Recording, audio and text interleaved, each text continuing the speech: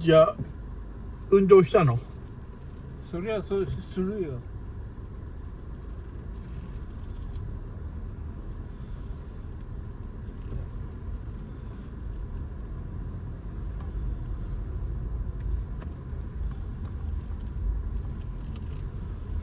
サウナは今日多かった人数は。サウナ3人ぐらいいたよ。ああ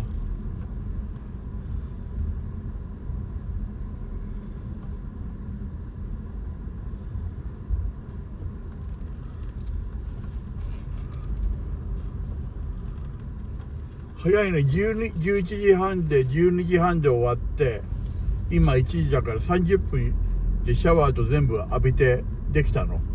そんな早く？でどれくらい入ったのサウナは5、6分だよ。？5、6分。そんなもん。でシャワー入ったんだね。そう。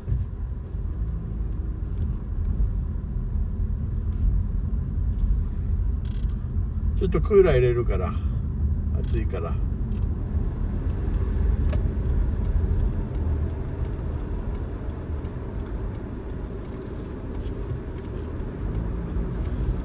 行ってよかったね。でも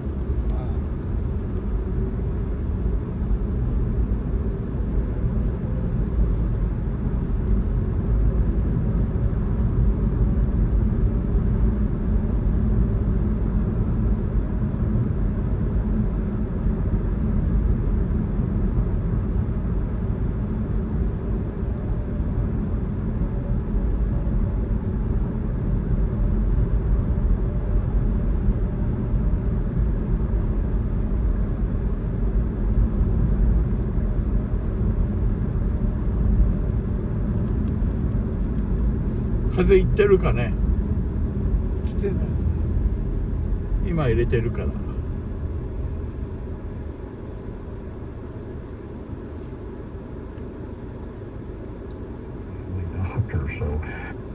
My name is Abraham Hamilton III, and this is the Hamilton Minute. Dr. Johanna Olsen Kennedy, director of the Los Angeles Children's Hospital Gender Clinic, the leading clinic in the country, applied for and was awarded a $9.7 million grant by the National Institutes of Health in 2015 to study the impact of puberty blockers on dysphoric American children. The study showed that puberty blockers did not help the children at all. Instead of following the science, Dr. Olsen Kennedy refused to publish the results of her study because science got in the way of her predetermined preference. Where will we be in the national discourse if this doctor simply published the science? Listen each weekday from 5 to 6 p.m. Central for the Hamilton Corner with Abraham Hamilton III, Public Policy Analyst for the American Family Association. Hello, this is Edward Graham, and I've got a great idea for you this Christmas. Through Operation Christmas Child, you can share hope with a child in need. Fill a shoebox with toys, school supplies, and hygiene items. Add your picture in an encouraging note. We'll deliver your shoebox gift to a child alongside the greatest gift of all, the good news of Jesus Christ. Visit SamaritansPurse.org/OCC to get involved. That's SamaritansPurse.org/OCC. Send joy to a child in need with Operation Christmas Child. Simply pack a shoebox with fun toys, school supplies, and hygiene items. Then bring it to a drop-off location during National Collection Week, November 18th through the 25th. You can also build a shoebox online. And the best part is the good news of Jesus Christ is shared alongside your gift. And each child is given the opportunity to participate in a life-changing discipleship program. Visit SamaritansPurse.org/OCC to learn more. You know, there are many ways we can impact the world around us. Some are more direct, like helping our neighbors and serving in our churches. Other ways are broad, like becoming community leaders or supporting missions. Of course, taking care of our families is a given. If there was a way to impact all of those at once, would you be interested? The AFA Foundation is a great way to touch your family, your neighbors, and even complete strangers all over the country. You may not realize it, but you can support AFA with a charitable gift annuity, a trust, your will, or a charitable rollover. We realize not everyone knows what those are or how to set them up, but that's okay.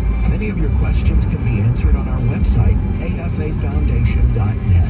Find answers and resources to help you make an informed decision. And if your decision is to move forward, you can get in touch with Riley, Chelsea, or Jessica to start setting up your legacy. Touch more lives than you imagined possible when you visit afafoundation.net today. At the Core podcasts are available at afr.net. Now, back to At the Core on American Family Radio. Welcome back to the program. This is our live edition of The Core. Walker Wildman here with you. If you want to subscribe to the podcast, just type in At the Core on various podcast platforms, and you can click the subscribe button and have the show queued up in your podcast library each and every day. Well, yesterday evening, early this morning, historic election in many regards. President Trump defied the odds. Everything stacked against him, and pretty much dominated the both popular and electoral college vote in states around the nation. The only two states that have not finalized their reporting is Arizona and Nevada, and President Trump is up in both of those states. So theoretically, he could hit about 312, roughly, close to it, electoral college votes once those two states come in. Yeah, 312 thereabouts is where President Trump could land at the end of all of this. And as I mentioned, the Republicans in the Senate did well, and it looks like Republicans are going to maintain the House of Representatives. Well, looking forward about what conservatives, what Christians ought to be focused on for a second Trump term, we have to stay laser focused, and we have to be vigilant, and we have to just really work over the next 2 to 4 years to maximize and seize this opportunity. I can't say that enough. And in many regards, there's more. This is more pressure and more at stake with a Trump victory when it comes to the conservative movement than even the election itself. I mean, there's just so much at stake that there's basically what I'm getting at is there's no slowing down. And the quote-unquote taking a break is going to last about a total of 30 minutes. There's just so much that has to be done. Dr. Jameson Taylor's on with us now. He's Director of Policy and Legislative Affairs with both AFA and AFA Action. Hey, Jameson, welcome to the program. Hey, Walker, thanks for having me on today. Well, Jameson, I wanted to have you on to talk about two things. What our path forward here is as a conservative movement, what evangelical Christians ought to be kind of focusing in on, the kind of vigor that a conservative movement needs to maintain over the next 2 to 4 years. And then we can talk about the U.S. Senate, the Republicans, and who ought to be their leader there towards the end of the segment. But talk about kind of your view of a second Trump term and how you've been noting that we don't need to lower the bar. We actually need to raise the bar significantly on our expectations. Yes, that's right. So here are 3 takeaways from Trump's victory last night. First, as you were just saying, this is just the beginning. Trump's election is kind of like if you imagine that you are awash in an ocean of Marxist policies, DEI, ESG, slow growth for the economy. That is where we are right now. Trump getting elected is like someone giving you a life raft in shark-infested waters. So, thank you, Lord, for that life raft. But now the work begins of fighting off the sharks and paddling to safety to the shore. So that, like you were saying, the real work begins now, and we have to really focus on that. The second takeaway, as you were kind of suggesting as well, is that there is no middle ground. We could talk about that in a little while as to especially how the left is framing things. And third, establishment Republicans are the problem. If you think about these shark-infested waters, yeah, there's the Democrats, and they look like sharks, but our real problem are the rhino Republicans who look friendly, but they are not. They are opposed to everything that Trump wants. They're opposed to the wave of Trump voters that showed up yesterday. So I think those are the 3 takeaways for listeners. So if we kind of think about what is this, what's going on right now, I think one thing is that there is no more middle ground. We're kind of talking about that before, but let's think about it. Why is there no middle ground? Well, it's because of the Democrats. Who was rioting last night? It was Antifa. It's the hard left Marxists. Who is comparing Trump to Hitler? That's the New York Times.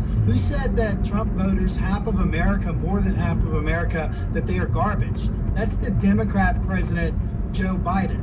And so we need to realize where we are. These people are not our friends, as you were saying. There is no common ground with Democrats because Democrats hate America. They have sold out to the globalist agenda. They have sold out to Marxism. I mean, such that it's become pretty commonplace. If you dig into it, everyone was pretty clear, yeah, Kamala Harris and Tim Walz, they're Marxists. They're not hiding it anymore. And that shows where we are at as a country, that this is really a last stand for conservative constitutional policies. So that's the thing to realize. There is no more middle ground. So what does that mean? We are done with wishy-washy Republicans. Republicans have to support conservative policies. They have to cut welfare so that they can stop inflation. They have to cut wasteful foreign aid so that they can lower the debt.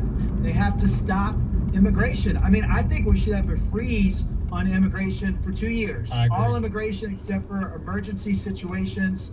Freeze legal immigration and certainly stop illegal immigration. We need to give time to Americans to kind of settle down, let people integrate into their communities. That's what real diversity is. You know, inviting people to be a part of the American dream, but just having open borders and letting terrorists and others come across, that is not the American dream.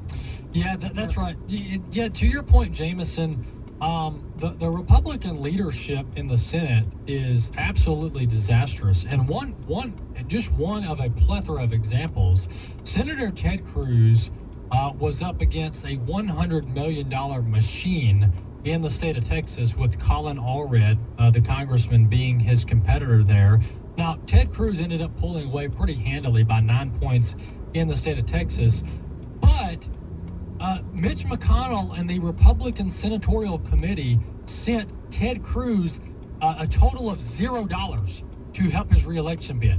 Mitch McConnell did not help Ted Cruz at all in Texas with a single penny of the Senate Republican fund. Meanwhile, Democrats poured in $100 million to support the Democrat in Texas.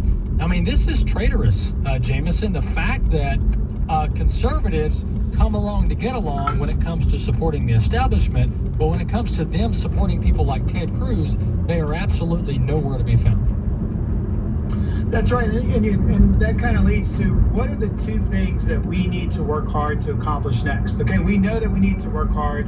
We know that there's no more middle ground. We know that we have to stop the Republican rhinos from basically blocking Trump. But what does that mean in practice? What are two concrete things that people can do now? Well, number one, there's a very important election in the U.S. Senate next week. It's to decide who the Senate Majority Leader will be, who will replace Mitch McConnell. And right now, what we're seeing are the Mitch McConnell lookalikes, the swamp creatures, are lining up for that position. You have, for instance, John Thune, who Trump himself said is Mitch's boy.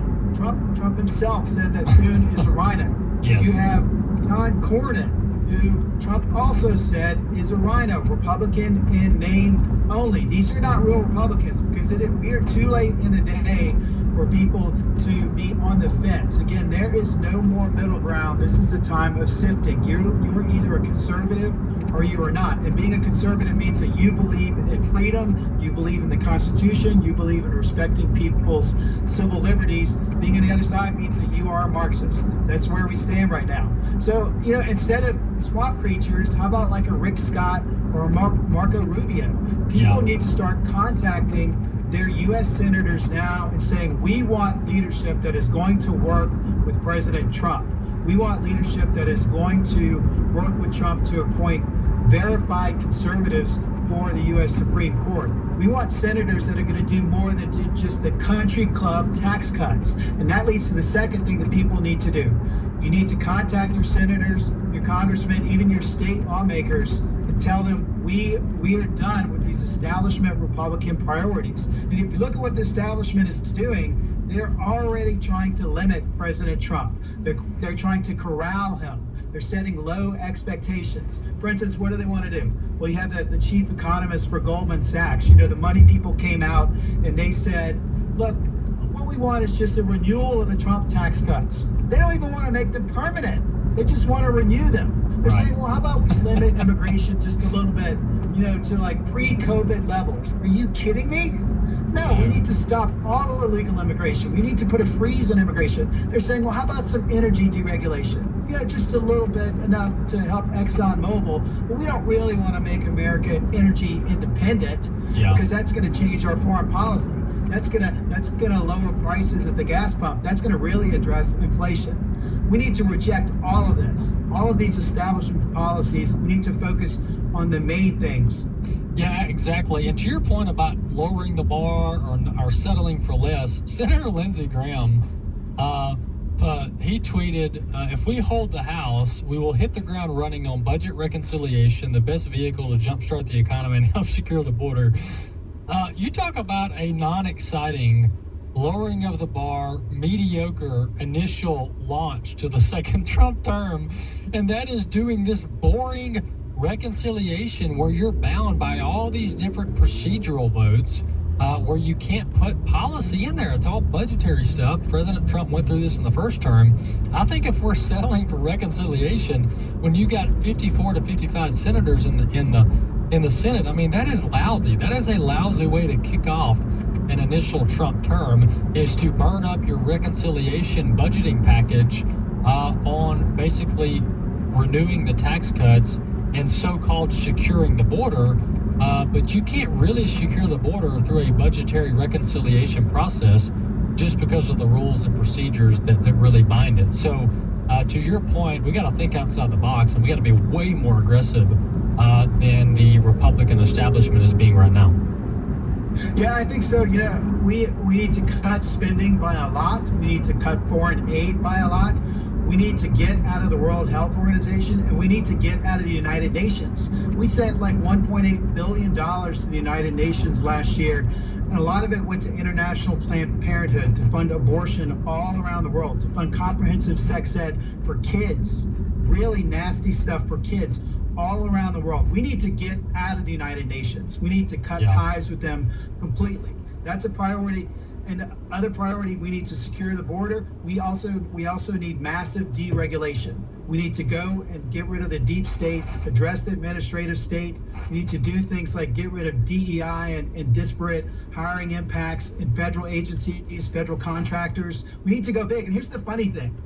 The left is expecting Trump to go big. This is from the New York Times today.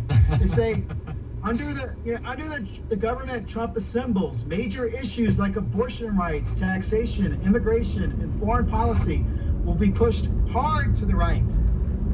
Yeah, so let's fulfill their prophecy, right? Yeah, they're already expecting him to go big, and then it's the Republicans who are saying, no, let's just do some budget reconciliation and cut some taxes. I know. Instead, if you're going to cut taxes, let's do what Trump said. Let's get rid of the income tax entirely and replace it entirely with tariffs. Yes. That's how it used to be, back in the day in America. Let's get rid of the income tax entirely if you want to talk tax cuts. But anything short of that, no.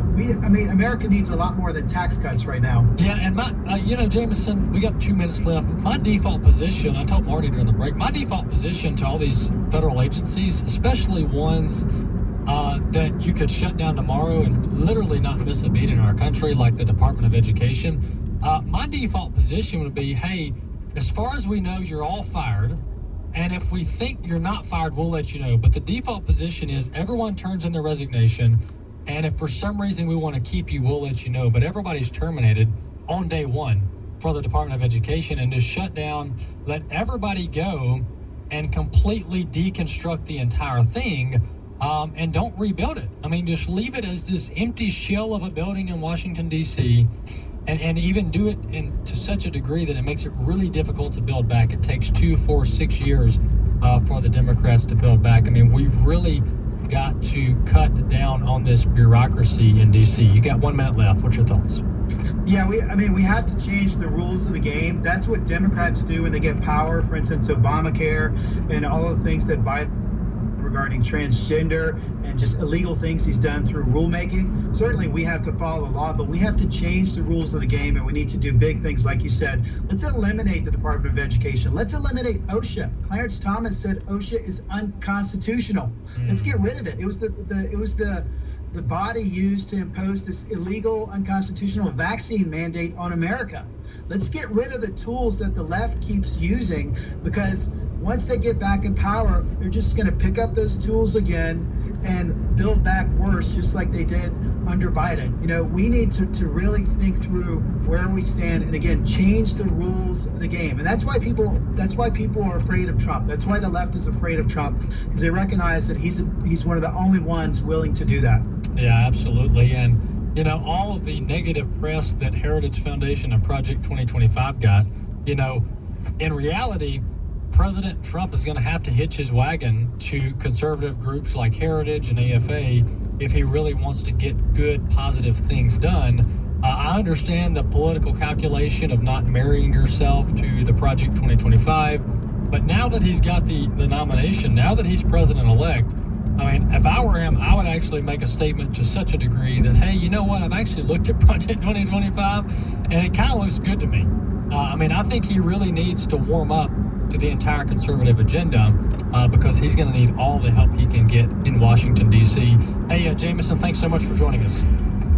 Thank you. All right, appreciate that. That's Dr. Jameson Taylor. Folks, we got to be aggressive. We got to be aggressive. We got to maximize, seize the opportunity. We can't let up. We have the opportunity to replace Justice Thomas and Alito with 45, 50-year-old constitutionalist judges on the Supreme